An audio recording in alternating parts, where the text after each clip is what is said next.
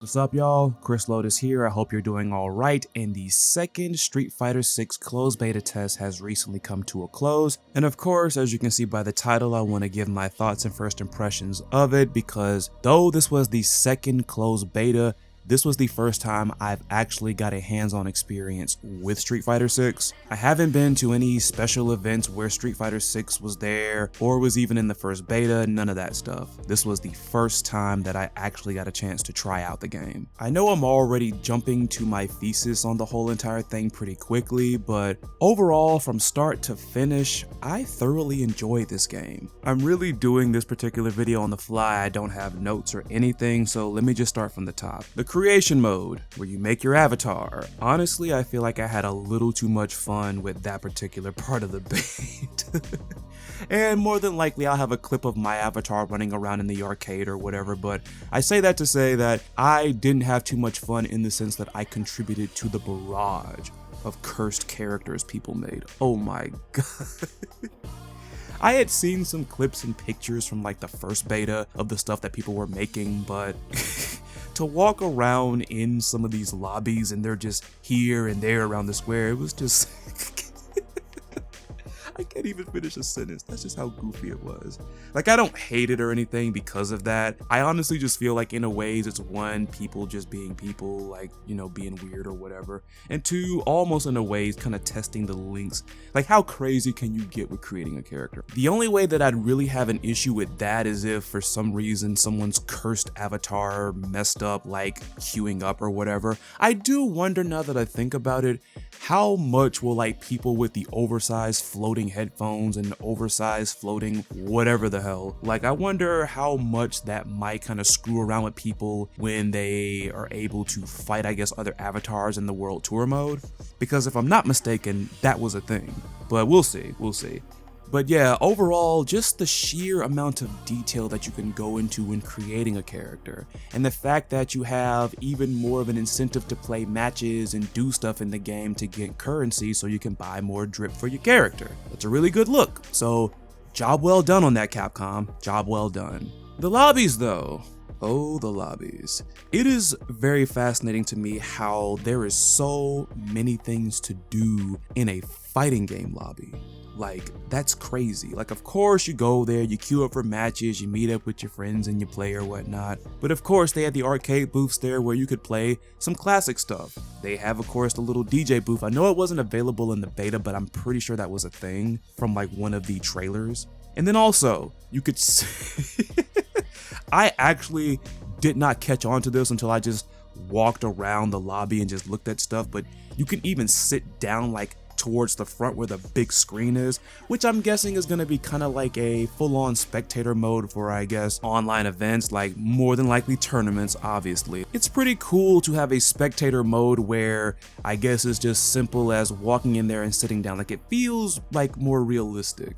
Because naturally when it comes to spectator, you queue up, you want to spectate. And speaking of spectator, one little thing, and I don't think that's really the game's fault, or maybe it could be something they could remedy, I'm not sure, but when I would go to spectate matches with friends and I would arrive in the middle of the match, the game would catch you up, but depending on how far the players were into their match, you would be greeted to the visual of what I constantly called a super fast Dragon Ball Z fight with like a obscene amount of caffeine just infused into it. Like, credit to them for actually catching you up. Like, I mean, I'd much rather the game catch you up than like have you insanely behind to where you might be stuck in spectator mode or something, but like I said, it's just kind of a funny visual for me. While I spent like 95% of my weekend playing Street Fighter 6, I did watch some friends play, I watched some friends stream it, and at first I thought it might have been something on my end where I try to go into a server and it talks about I have an unstable connection, but from most of what I've seen, I think everybody had that issue, which is so funny because I could only once again count on one hand the amount of bad matches that I had. Overall, for me personally, the netcode seemed pretty good. Like, I even had great matches with my friend over in Japan, so not really much I can complain about. I can even say the same thing about Street Fighter 6's gameplay. There was not really a lot that annoyed me. And I came into this beta not really knowing that much about the mechanics because I've gotten to a point where I want to be more hands-on to experience certain mechanics and the gameplay as opposed to just looking. Because I feel like you get a much more different perspective when you're hands-on as opposed to just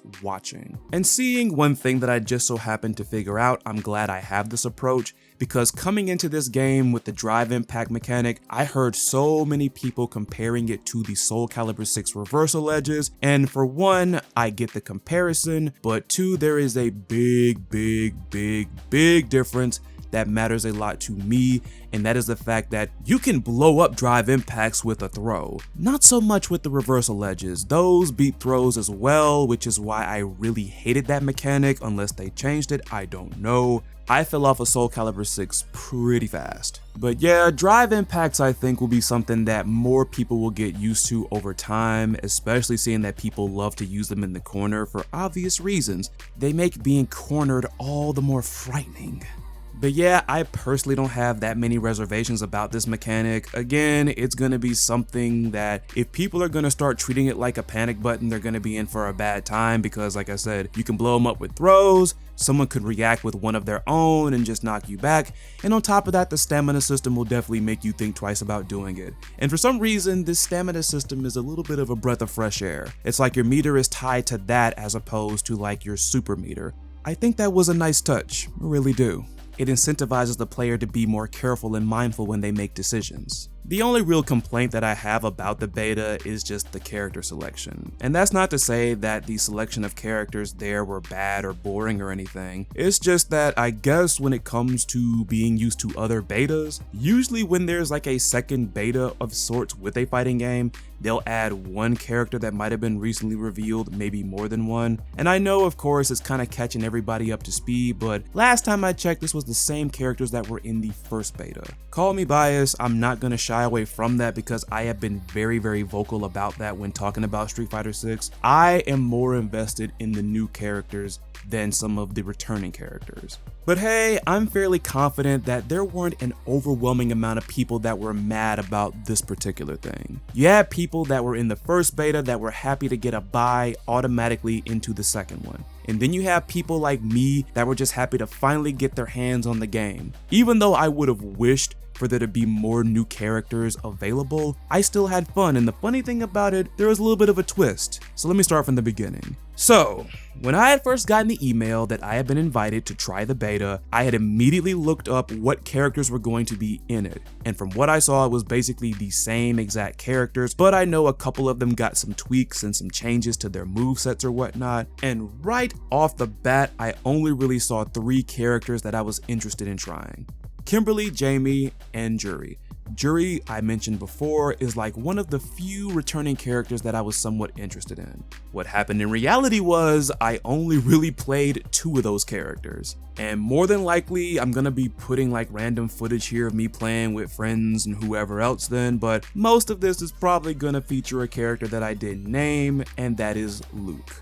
Yeah, initially that was one of the most puzzling mysteries to me. I was literally just sitting there in training mode, which by the way, big ups to Capcom for putting a training mode option there that you can sit in and mess around and learn characters while you wait for someone to pull up and challenge you. That was also a really nice touch.